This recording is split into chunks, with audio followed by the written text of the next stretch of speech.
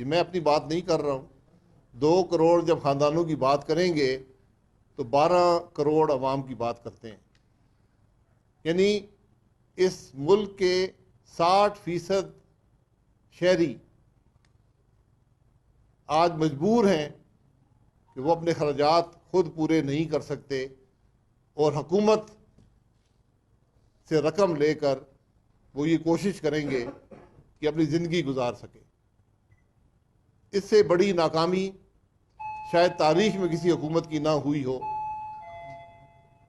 शायद हमारे मुल्क में ऐसे हालात कभी पैदा नहीं हुए कि मुल्क के 60% शहरी आज हुकूमत की मदद के मुंतज़िर हैं। और वो मदद क्या है?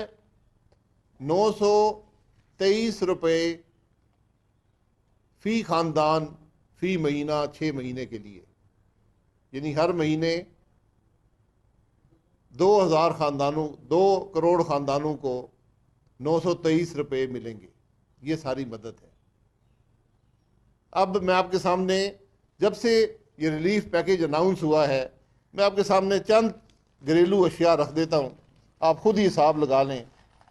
ये यहाँ आने से पहले रास्ते में एक आम दुकान से हमने ये अशियाए खुर्द-ओ-नोश खरीदी हैं। ये चीनी है, 150 रुपये किलो। ये वज़ीर-ए-आज़म के पैकेज से पहले ये 120 रुपये किलो बिक रही थी। यानी 30 रुपये फ़ी किलो चीनी में इजाफा हो गया इस पैकेज के बाद। ये आटा है, तकरीबन 5 किलो का पैकेट, फ़ी किलो 80 रुपये। ये आज कैफियत है आटे की मुल्क में। ये इस रिलीफ पैकेज से पहले 70 रुपये के करीब ये आटा बिक रहा था। जो घी है ये 360 रुपये फ़ी लीटर हो गया। ये तकरीबन 300 कुछ रुपये रिलीफ पैकेज से पहले था। ये इन 3 दिनों की बात मैं कर रहा हूँ जब से रिलीफ पैकेज अनाउंस हुआ है। ये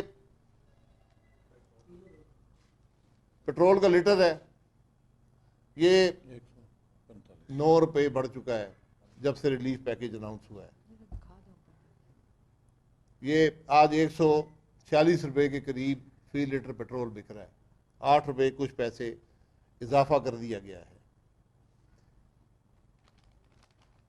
ये अंडे 180 रुपये दर्जन पे पहुंच गए। ये इससे पहले 120 रुपये दर्जन पे, 120-130 रुपये दर्जन पे पहली तारीख को बिक रहे थे। ये आलू 1 किलो, ये 70 रुपये से ज़्यादा, 72 रुपये में ये किलो आलू हमने अभी ख़रीदे हैं। और ये प्याज है जो इस दुकान से 50 रुपये किलो मिला है, लेकिन मुझे यहाँ के लोगों ने बताया कि 62 रुपये किलो ये प्याज बिक रहा है इस वक्त मुल्क के अंदर। ये आज मुल्क के हालात हैं। और हमने ये हिसाब लगाया है कि सिर्फ इन 3 दिनों में ये तमाम अशिया वो हैं जो हर घर इस्तेमाल करता है। अमीर हो, गरीब हो, तनख्वाहदार हो, कारोबारी आदमी हो, जो शख्स भी हो, इन चीज़ों के बगैर ज़िंदगी गुजारना मुमकिन नहीं है। रोज़मर्रा की चीज़ें हैं, रोज़मर्रा की ज़रूरियात हैं। हमने ये हिसाब लगाया कि सिर्फ इन 3 दिनों में एक आम घर पर जिसमें 6 अफराद हों, 3000 रुपये का अजाफी बोझ इन 3 दिनों में अवाम पर डाल दिया गया है। अभी मैंने बिजली के बिल में इजाफा नहीं रखा, अभी मैंने गैस के बिल में इजाफा नहीं रखा, अभी मैंने दीगर जो चीज़ें हैं उनका इजाफा नहीं रखा। 923 रुपये का वादा, अभी ये सिर्फ वादा है, फ़ी घर दिए जाएंगे, फ़ी घराना, और आपने 3 दिनों में बोझ जो है वो 3,000 का डाल दिया है। यानी लोगों पर अगर ये पैसे 923 रुपये मिल भी गए तो उनको 277 रुपये जो हैं, 2070 रुपये अजाफी बोझ इन 3 दिनों में इमरान खान ने पाकिस्तान की अवाम पर डाल दिया है। ये आज इस मुल्क के हालात हैं, ये इस हुकूमत के हालात हैं।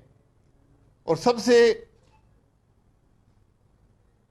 जो एक तशवीशनाक बात है कि मुल्क का वज़ीर-ए-आज़म झूठ बोलता है, उसके वज़रा झूठ बोलते हैं। हमें बजट में दिखाएं कौन सी ये 120 अरब बजट के कौन से हिस्से से आएगा। क्या आपकी इजाफी आमदनी है? आप कहां से काट कर ये 120 अरब पूरा करेंगे? ये सब तमाशबीनी है, सिर्फ एक धोखा है अवाम को देने के लिए। और जो अजाफी टैक्स लग रहे हैं वो 923 रुपये से बहुत ज़्यादा है। ये कैफियत, ये सोच आज हुक्मरानों की है, ये नाकामी इस हुकूमत की है।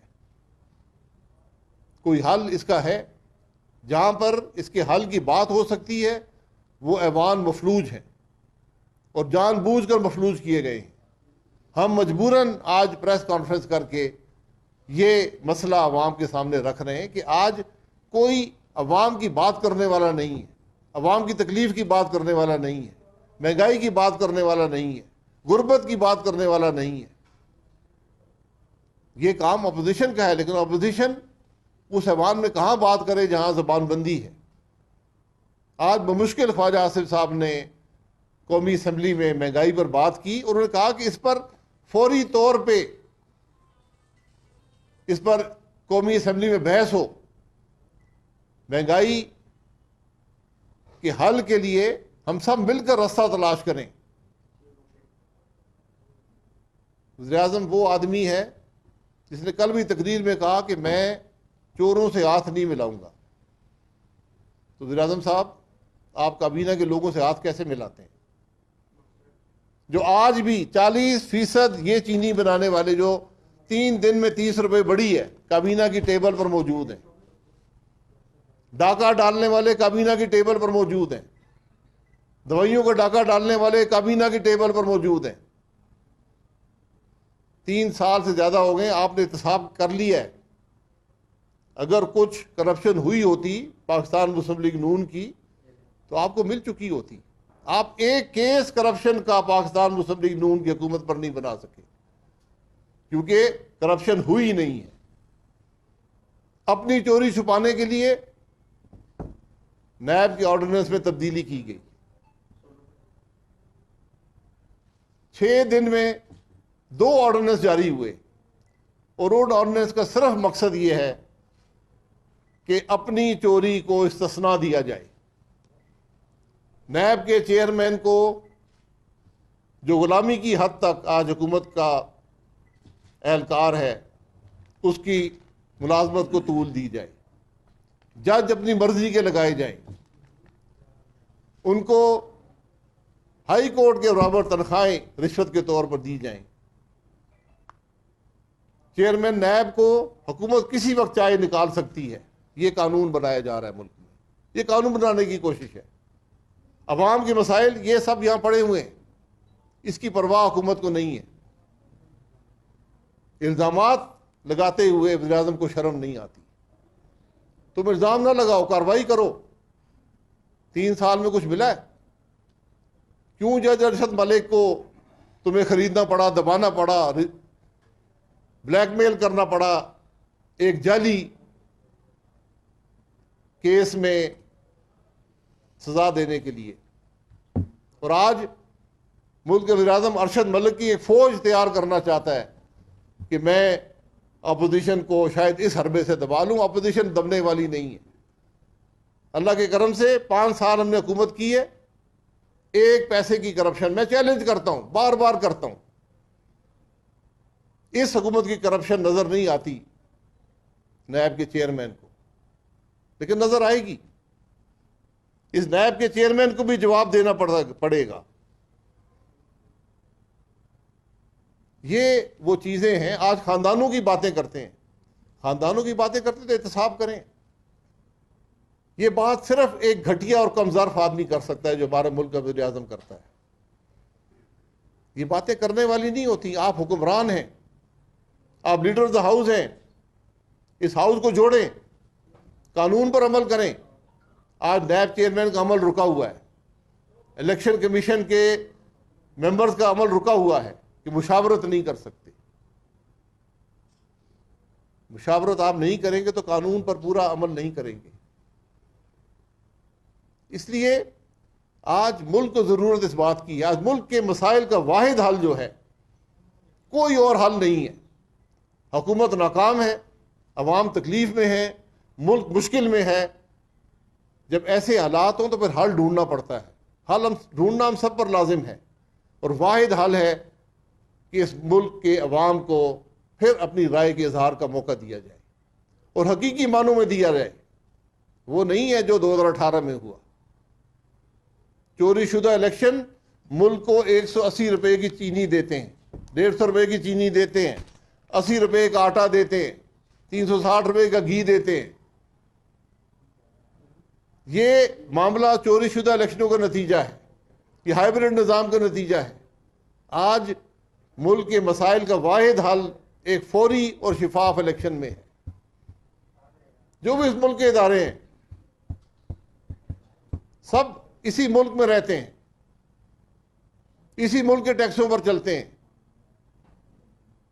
जुडिशरी हो, फौज हो, इंटेलिजेंस हो, सियासतदान हो, सबका एक मकसद होना चाहिए कि अवाम की इस तकलीफ को रफा करें, अवाम को इस तकलीफ से बचाएं, अपने मामला से बाहर निकलें। DGI लग गया है, नायब चेयरमैन भी लग जाएगा, इलेक्शन कमीशन के मेंबर भी बन जाएंगे। लेकिन इस मुल्क के गरीब आदमी का क्या होगा, तनख्वाहदार आदमी का क्या होगा? उसकी तनख्वाह तो नहीं बढ़ रही, उसके मसाइल में इजाफा तो नहीं हो रहा। कैसे कैसे लोग गुजारा करेंगे इन हालात के अंदर? इसका जवाब किसी के पास है? इन मामलात का हल 923 रुपए के झूठे वादे में नहीं है।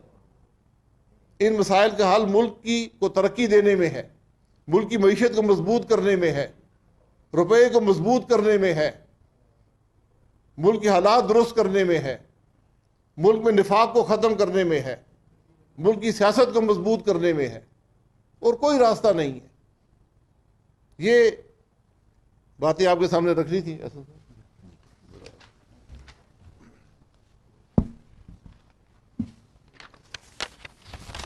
बिस्मिल्लाहिर्रहमानिर्रहीम। अभी आपको शाहिद साहब ने बताया कि जो इस वक्त मुल्क के अंदर महंगाई है, मैं सिर्फ कुछ चीज़ों का जवाब देना चाहता हूं जो आज वज़ीर आज़म साहब ने कौम को गुमराह करने के लिए कही हैं। पहली बात यह है कि जो पेट्रोल और डीज़ल की कीमतों में इजाफ़ा किया गया है, इसका किसी भी सूरत आलमी मंडियों में कीमतों में इजाफे से ताल्लुक़ नहीं है, कोई तनासुब नहीं है। 2018 में तेल की आलमी कीमत औसतन तकरीबन $65 थी। आलमी मंडी में जो फ़ी बैरल कीमत है वो $65 थी। 2021 में तेल की औसत कीमत आलमी मंडी में $67 रही है, यानी कि औसतन तकरीबन इस अरसे में तेल की कीमत में सिर्फ $2 इजाफा हुआ है। उसके अंदर उतार चढ़ाव होता रहता है, लेकिन अगर आप एवरेज प्राइस लें तो एवरेज प्राइस 2018 में $65 थी और 2021 में $67 है। ये तकरीबन 3% फ़र्क पड़ता है।